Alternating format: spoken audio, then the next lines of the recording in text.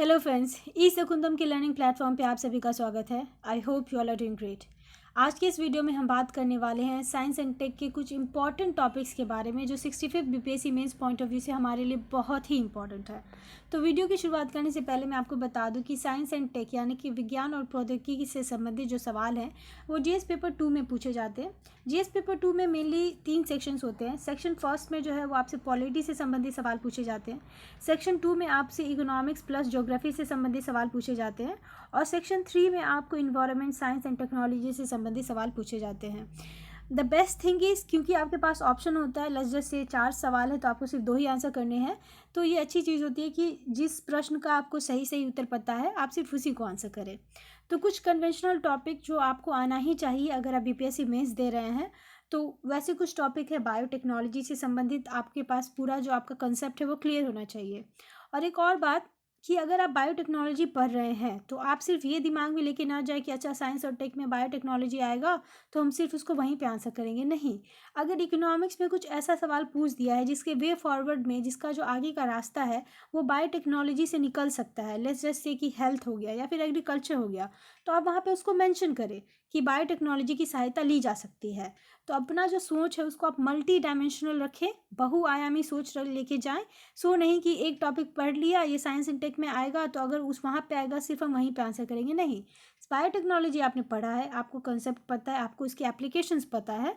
तो अगर बाकी सेक्शन में भी कोई ऐसा सवाल है, जैसे कोई करंट में ही सवाल है जिसमें आप वे फॉरवर्ड में अपनी तरफ से कुछ वैल्यू एडिशन या सजेशन दे सकते हैं जिसका सॉल्यूशन जो है वो बायोटेक्नोलॉजी होता है, तो आप वहाँ पे उस चीज़ को ज़रूर मेंशन करें। तो पढ़ने का ये फ़ायदा होता है, ठीक है। नैनो टेक्नोलॉजी की बात करें तो नैनो टेक्नोलॉजी में भी सेम है कि नैनो टेक्नोलॉजी है क्या, इसका इतिहास क्या है, इंडिया में क्या इसका इंडस्ट्री है, एप्लीकेशंस क्या है, फ्यूचर क्या है, चैलेंजेस क्या हैं, थिंग्स लाइक दैट। ये बहुत ही कन्वेंशनल टॉपिक है, आपको इसके बारे में जानकारी होनी चाहिए। सिमिलरली स्पेस टेक्नोलॉजी, यहाँ पे जो मेनली सवाल होते हैं वो इसरो से अटैच करके पूछते हैं, जैसे कि कौन कौन से स्पेस मिशन है, चंद्रयान के बारे में पूछ देगा। अभी आदित्य L1 जो है उसके बारे में पूछा जा सकता है, गगनयान इंपॉर्टेंट है। और एक और चीज़, after Elon Musk space competition एक ऐसा टर्म है जो बहुत सुर्खियों में रहा है। तो हो सकता है कि इसरो से संबंधित सवाल आपको टेल में अटैच करके स्पेस कंपटीशन से संबंधित सवाल पूछ दे। तो स्पेस टेक्नोलॉजी, इसरो, जितने भी मिशंस हैं और रिसेंट में जितने सारे इवेंट्स हुए हैं सबको एक अच्छे से आप उसका नोट्स तैयार कर लें। उसके बाद हम बात करते हैं डिफेंस टेक्नोलॉजी की। अभी का अगर हम भारत का सिचुएशन देखें तो वी आर फाइटिंग 2 वॉर्स, एक तो पाकिस्तान के साथ, एक चाइना के साथ। एंड देन इस संदर्भ में बार बार टेस्ट भी होते रहते हैं, जैसे कि अभी हाइपरसोनिक मिसाइल का टेस्ट हुआ। तो डिफेंस टेक्नोलॉजी, बॉर्डर मैनेजमेंट में कौन कौन चीज़ों का हम यूज़ कर सकते हैं, इस सब से संबंधित आपके पास नॉलेज होना चाहिए। Similarly missile technology and DRDO, ये ऑर्गेनाइजेशन क्या है, क्योंकि बहुत सारे स्पेस मिशन है जिसमें इसरो और DRDO मिल के काम करती है।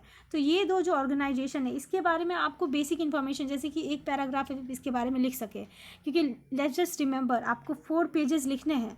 यूपीएससी जैसा 250 वर्ड या फिर 150 वर्ड में आंसर नहीं करना होता यहाँ पे। तो सवाल, एक सवाल है, 4 पन्ना आपको भरना है बहुत अच्छे से। तो जो ऑर्गेनाइजेशन बहुत ही आप यूज़ कर सकते हैं उसके बारे में ज़रूर आप इन्फॉर्मेशन रखें कि स्थापित कब हुआ, क्या क्या फंक्शंस हैं, थिंग्स लाइक दैट। तो ये तो हमारे कन्वेंशनल टॉपिक हैं जो आपको आना चाहिए सेफ साइड के लिए। क्योंकि हुआ ये है ना कि 63rd तक बीपीएससी का जो साइंस एंड टेक का जो सेक्शन होता था वो बहुत ही कन्वेंशनल होता था, यानी कि यही पूछेंगे global warming, green house gas effect, ozone depletion, climate change, pollution. लेकिन 64th में उन्होंने कोई ऐसा पर्टिकुलर टॉपिक नहीं पूछा था, उन्होंने एनर्जी एफिशिएंसी से सवाल पूछा था। और उसमें ऐसा था ना कि आप अगर कुछ रट के गए तो आप हूबहू जाके वहाँ पे नहीं लिख सकते हैं।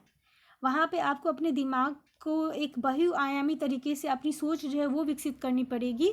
बहुत सारी चीज़ आप पढ़ के जाते हैं, सारी चीज़ों का जो है समागम वहाँ पे आपको अच्छे से करना पड़ेगा।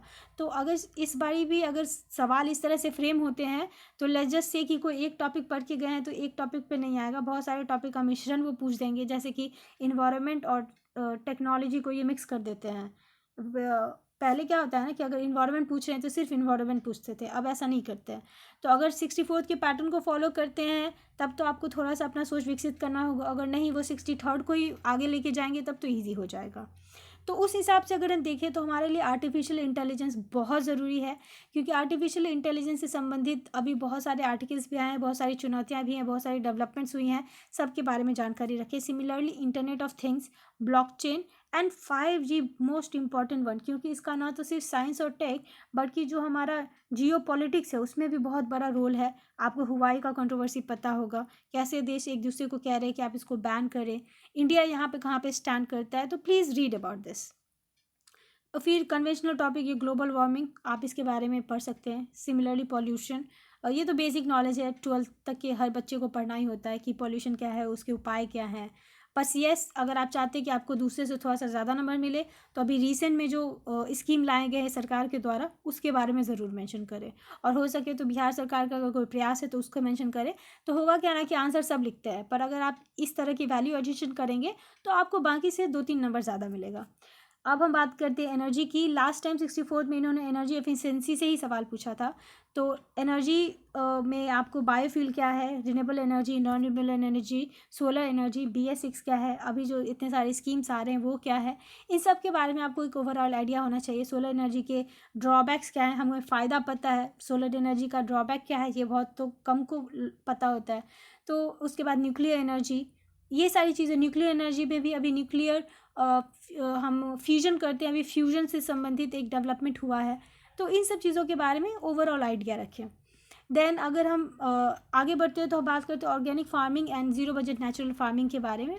तो ये अगर आपको साइंस एंड टेक में ना भी पूछे तो अगर आप इकोनॉमिक्स में ही अगर एग्रीकल्चर है, फूड सिक्योरिटी है, तो आप इन सब चीज़ों को वहाँ पे भी यूज़ कर सकते हैं एज अ वे फॉरवर्ड, या फिर क्या स्टेप्स लेने चाहिए सरकार को, ठीक है। तो यहाँ पे अगर आपको डिटेल पूछा तब तो कोई बात ही नहीं है, नहीं तो आप इन सारे पॉइंट्स को बाकी आंसर्स में भी ऐड कर सकते हैं। उसके बाद जो इम्पोर्टेंट ट्रीटीज़ हैं जैसे कि पेरिस क्लाइमेट चेंज हो गया, किगाली एग्रीमेंट हो गया, और भी सारे जो है तो COP24 हो गया। तो इस तरह के जो अग्रीमेंट्स हैं जो सुर्खियों में रहे हैं, जिसमें इंडिया ने साइन किया हुआ है, इन सब चीज़ों के बारे में ब्रीफली आइडिया रखें। ट्रीटी से संबंधित कंप्लीट उस पर फोकस सवाल नहीं पूछेंगे, बट जब आप आंसर लिख रहे हैं तो आपको पता होना चाहिए कि ओजोन से संबंधित कौन सा ट्रीटी है, क्लाइमेट चेंज से कौन सा है, ग्रीन हाउस गैस से कौन सा है।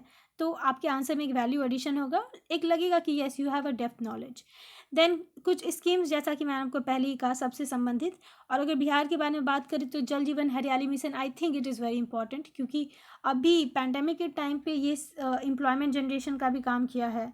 उसके बाद वाटर कंजर्वेशन में हेल्प है, एफॉरेस्टेशन में हेल्प है।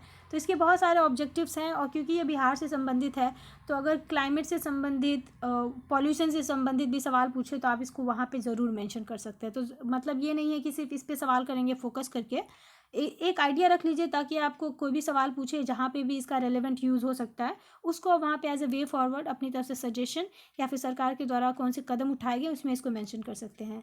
तो फ्रेंड्स, ये था साइंस एंड टेक का कुछ इंपॉर्टेंट टॉपिक।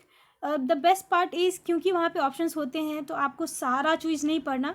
अगर मैंने जितनी सारी चीज़ें आपको यहाँ पे मेंशन करी है, अगर आप उसको भी पढ़ लेंगे तो it is more than enough. और वहाँ पे सवाल अगर डायनेमिक तरीके से फ्रेम होता है तो आपको वहाँ पे अपना दिमाग लगा के आंसर करना पड़ेगा। कुछ भी कोई भी कोचिंग इंस्टीट्यूट का नोट वहाँ पे आपको काम नहीं आएगा। 64th में यही हुआ था कि जो भी नोट रट के जाते हैं उन लोगों को हेल्प नहीं हुई थी। आपको वहाँ पे अपने दिमाग से लिखना होगा, बहुत सारे टॉपिक को मर्ज कर देते हैं।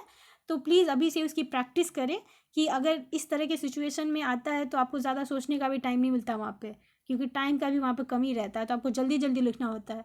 तो अभी से ही सोच को विकसित करें कि किस तरह से टॉपिक को मिक्स किया जा सकता है, कौन सी चीज़ को कहाँ पे यूज़ किया जा सकता है। ये हमारा साइंस एंड टेक का इंपॉर्टेंट टॉपिक था फ्रेंड्स। इसी तरह के और भी सीरीज़ और आएंगे, जैसे कि इकोनॉमिक्स से संबंधित इंपॉर्टेंट टॉपिक, ज्योग्राफी, एंड मैंने आपको कहा था कि IR से संबंधित आएगा, उस पर मैं काम कर रही हूँ, मैं उसको अच्छे से कंपाइल करके एक नया वीडियो बनाऊँगी। तो this was end of this video friends, thank you. Video कैसा लगा कमेंट में मुझे ज़रूर बताएं। चैनल को सब्सक्राइब करें, वीडियो को लाइक करें, ज़्यादा से ज़्यादा शेयर करें। Thank you friends, happy learning.